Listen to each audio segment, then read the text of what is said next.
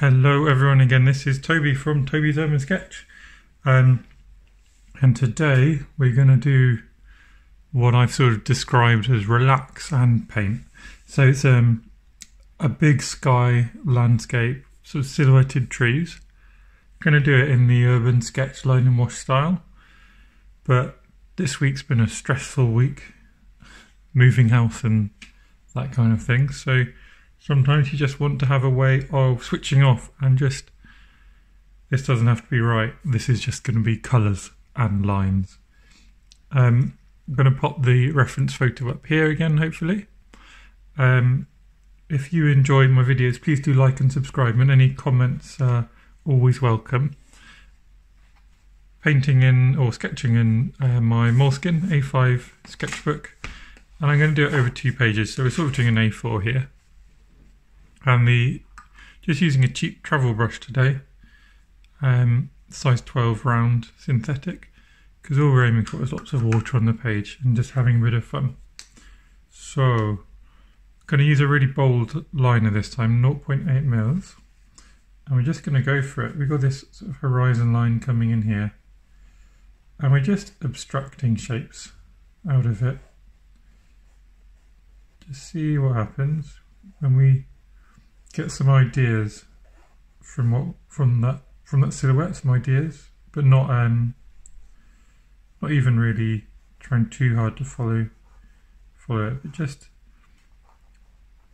copying out the sort of feeling we get from it. These kind of jaggedy tree shapes, little bush. So I've got the approximate line of what's going on there, and then we can just come along and bring it on. Just keep walking our line. What I once heard Ian Fenley, who I'm sure many of you know, say, just walk the line along and sort of see what happens, make some shapes. This is just providing sort of context to the foreground. So by making these shapes bigger and bigger as we get closer, having a narrow gap and then a bigger gap here, just shows you you've got a foreground coming towards you, even though obviously there's nothing like that in our reference. I'm just going to fill out some more like branching patterns in these, what will be pseudo trees, abstracted trees, and just sort of picking areas to add these ideas to, and just doing whatever you want really. Sometimes, you know, it's great drawing things true to life, but can also be a little bit stressful if it's just not quite going right, whatever. Sometimes it's good to just experiment and accept that the fun and the relaxation is what you're after, not necessarily expecting a wonderfully beautiful, neat piece of finished work. Although obviously that would be great fun if this ends up amazing. So that's all the line work I'm going to do. And now just going to pop on a huge amount of water. So, just using my one size 12, really get water all over this page, and then bring it down to the trees, but the intention will be to let the colours move themselves, to drip through the trees, to drip down into our sort of horizon line.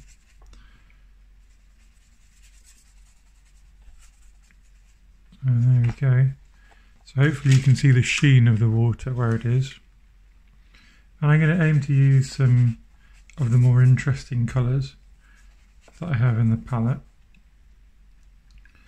Lots of these, in this palette, this is a sort of mini palette, lots of these are granulating. So this is, just forgotten it, I think it's called chromium cerulean. That's not right. Something along those lines. I'll look it up and then pop it in the description because it's just passed me by. Anyway, it's a cerulean blue with a slightly cooler colour, I think, than the normal cerulean, by Daniel Smith, and it's wonderfully granulating, as most ceruleans are granulating. This one holds a special place in my heart for its granulation, and it's just this nice colour. I get some splashes in there. Again, I'm sort of vaguely following the ideas that we can get from the reference. without having to stick too specifically to them. And we're going to just keep going while this is nice and wet. Drop some pigment in and let it make its own shapes. So in the centre we've got a sort of orangey yellow. So let's go for some Hansa yellow is my standard yellow. Just drop that in this gap. Let it move around. And just, you can drop neat pigment in, let it make its own shapes. There's a lovely orange around that, and one of my favourite colours that I just rarely get to use is this transparent pyrrole orange. Now, it's very vivid when concentrated, but it is a really lovely warm orange. This one's also not granulating, I believe. But we will get to those lovely granulating colours in a moment, I promise. Okay. And then, I think everyone's favourite colour at the moment, I did a little review on it as well if you want to check that out, is Moonglow. So Moonglow is 3 different pigments. It's a mix by Daniel Smith. It's got a red, a blue and a viridian in, so it produces lovely separations as you paint it on. Just some of the page is getting a bit dry at the moment, so I'm just going to just come in and just basically chuck a load of water on it, including in a few places in the middles, and then we'll come back with our Moonglow back directly on those watery bits. If you don't want these hard edges, you see the hard edges forming, so I'm just going to scrub them away. I want everything at this stage at least just run together and just do something magical, which I can't control. That needs the page to be nice and wet. Little touches of little clouds and things all over.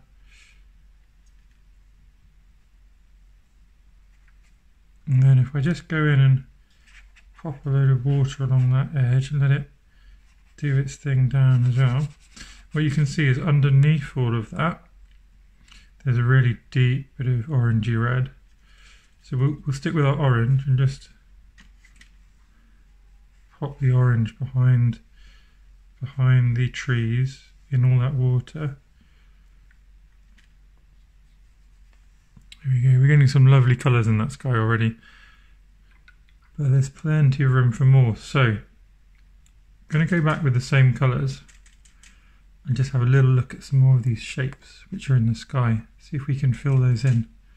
So we got this deeper blue coming in, lots of patchy whiteness. So one way we can get this sort of speckled effect is if we go in with loads of blue, keeping everything nice and wet still, then try some splashes.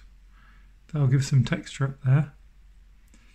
Then I want to pop some more intense yellow, just coming in around the edge of this lighter area. You can splash some yellow around as well. And bring it up here. If you just sort of playing with shapes and seeing what happens. We've got more of our orange. Mind you, lots of water again, yeah.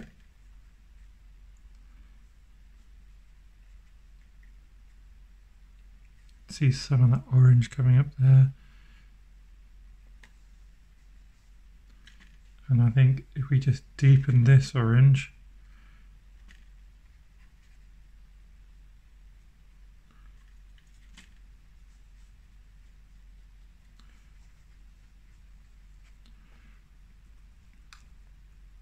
and then I'm just going to flatten the page for a little bit, because that will let the Moonglow, which I'm going to pop back in again, that will let it move in different directions.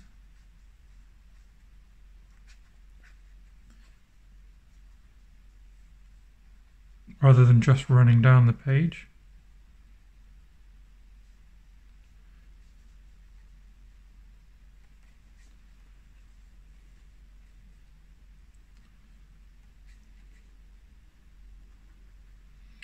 And there's edges that we can soften, there's ones we can let run, we can leave these white areas. There's a lot of contrast in the image at the top here. I'm going to introduce one more colour for now, one more, we'll see. Now this is Lunar Black.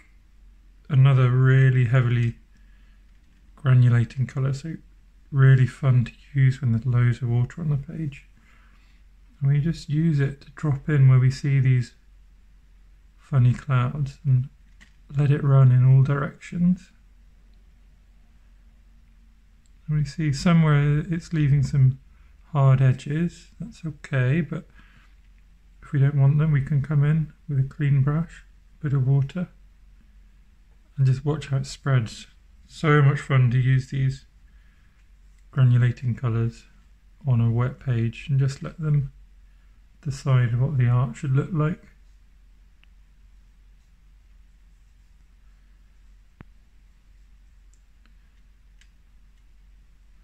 And we can use some of that lamp back in the moon glow just to get even more depth in there.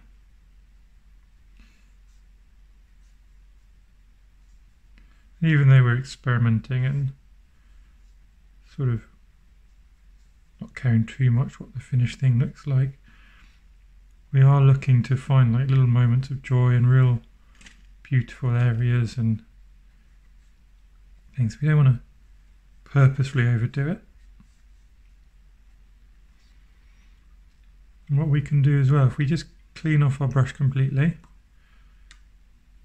have a bit of water on it, we can then start lifting out areas, then clean it again. We can lift a bit, lift in here. That just provides even more contrast. Maybe we can get an area lighter in here.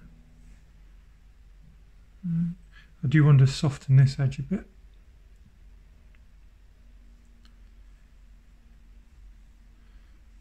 Maybe just see what we can lift here, yeah. So all this is sort of lightly scrubbing almost the page. And let's see what happens. We can flick a bit more water on, see where it's still wet enough that might have an impact. So that's all dry, but down here we'll get some interesting texture just from doing that. Okay. It's got a lot of fun things going on. We can see how the moon glow separates here. And it's going to keep working in some of this orange, you know, because I think we've got these lovely dark areas. And that's going to let this image take a lot more sort of bright colours as well. And we know we started off with a sort of reference and vaguely using it. This is all just about experimenting and seeing what our watercolours can do. And I don't know, what else can we add in? We're just lifting the contrast, lifting it and lifting it. We could try mixing some of our blue and orange. They haven't really touched much on the page, but they should make a semi-neutral colour, which might just look good down here.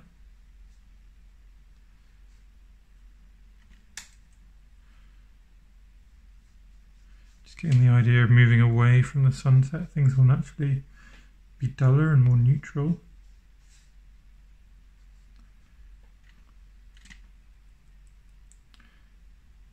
Just touch in these kind of colours in and around areas of contrast or areas where different things meet. Okay,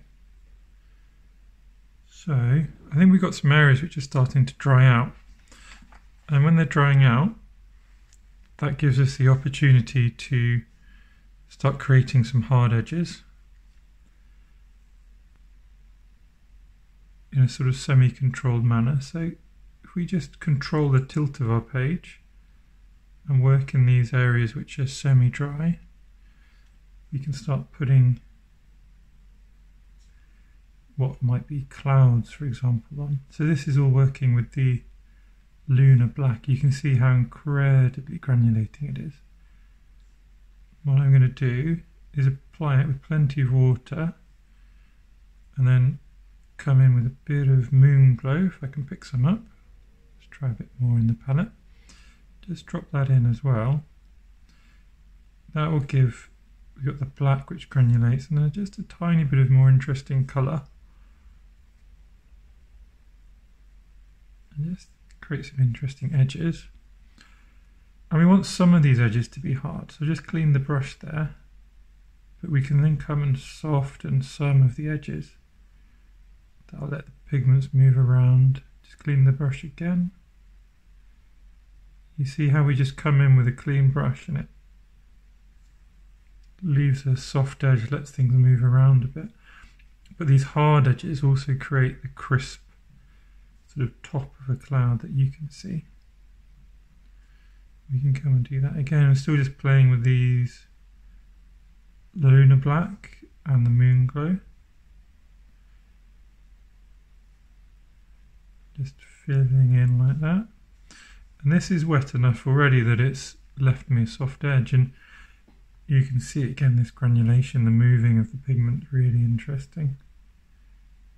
And then for me what this orange is crying out for is to be sort of heavily contrasted by some darker colours. So let's get our lunar black back on the go and really bring it to these edges. We can get some sharp edges at the top as well.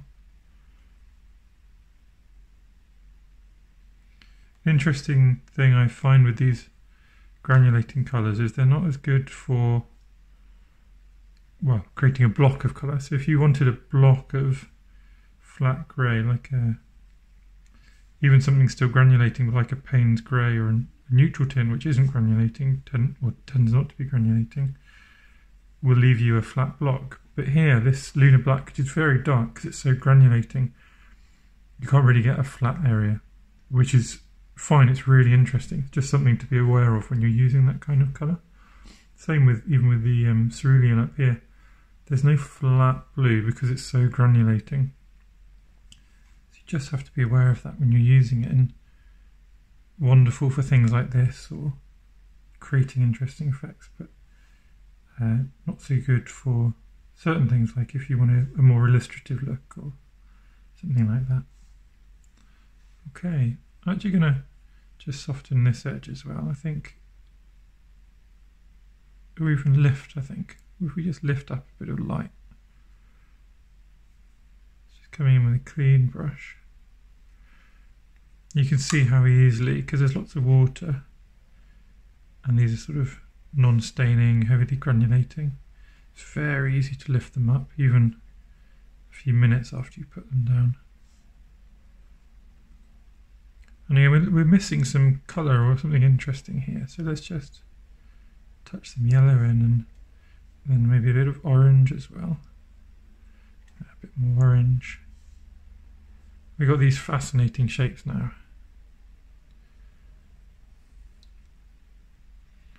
Okay, so how are we doing? Pretty interesting, I would say. Pretty interesting.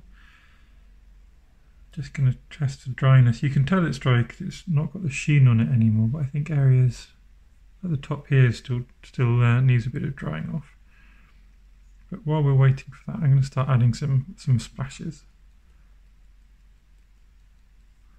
I'm just seeing, don't want too much, but a few splashes. I'm trying to complement the colours which are already there. So the yellows on the yellow, the oranges will pop on the orange.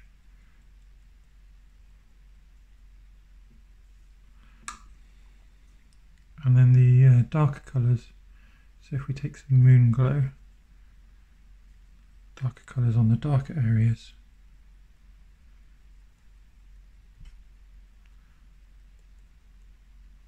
And a little bit on the blue. There we go. Now, I'm also going to grab a little bit of tissue. Another fun way to vary some of these splashes is just to lift some of them up, just gently. You just dab them, you take away some of the intensity. If we leave some of them intense, some of them not.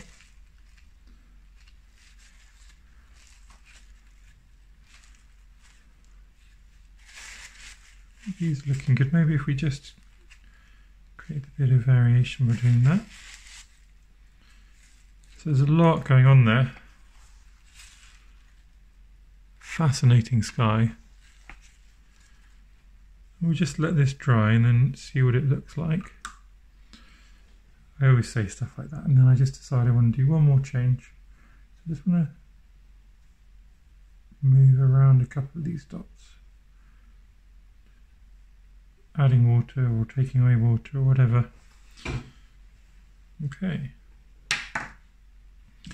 Now, while that's all drying, I'm going to go back in with the pen. Got a bit more context to work with now. We've got these sort of abstract shapes, but we can now sort of work with the colours and the areas of colour we've got and redefine some of these shapes, so we can bring this one up to finish where that orange begins, for example. We can make areas black to emphasize them. We could even make whole structures black. So if we just colour all that in.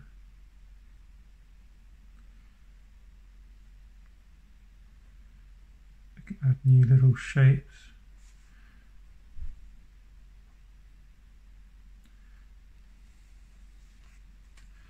Just again playing with what we've got. Playing with the shapes which the water and the paint have given us.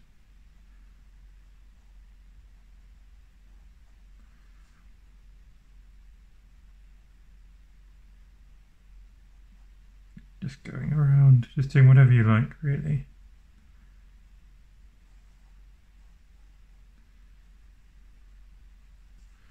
Even here we could come all the way up, maybe with a finer line. Creates a sense of depth.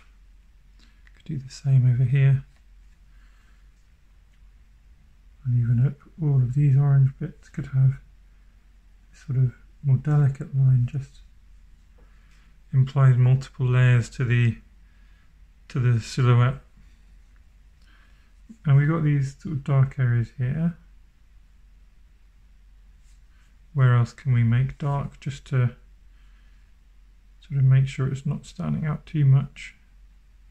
If we go here, this shape can come into its own with a bit of darkness.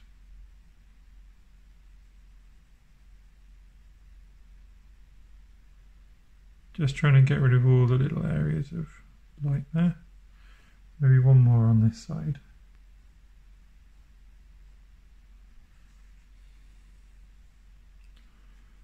There we go. So just to sort of, what's the word? Well, relaxing. Semi-therapeutic, that's what I was looking for. Abstract or abstracted sky and silhouette. Playing with granulated colours. Just to end what has been a very stressful week for me. Hopefully this gives you a sort of idea of something you can do when you're not quite feeling working sort of directly off a reference image and trying to get it right and this and that. When you just want to experiment with colours and see what happens when you move them and splash them and add water and lift them and all these different things. Anyway, this is my abstracted silhouette. I'll pop the picture up here and I'll put a link to the picture as well in the description. I'm afraid it's just a random one from my phone, so I'm not actually sure where I took it. But I imagine it was a walk somewhere in the Lake District, because that's where a lot of my photos come from. Thank you for watching. If you've enjoyed this, please do let me know. Answer any questions I can in the comments as well. So please leave a comment if you feel like it. And any likes or subscribes are always greatly welcomed. Thank you for watching.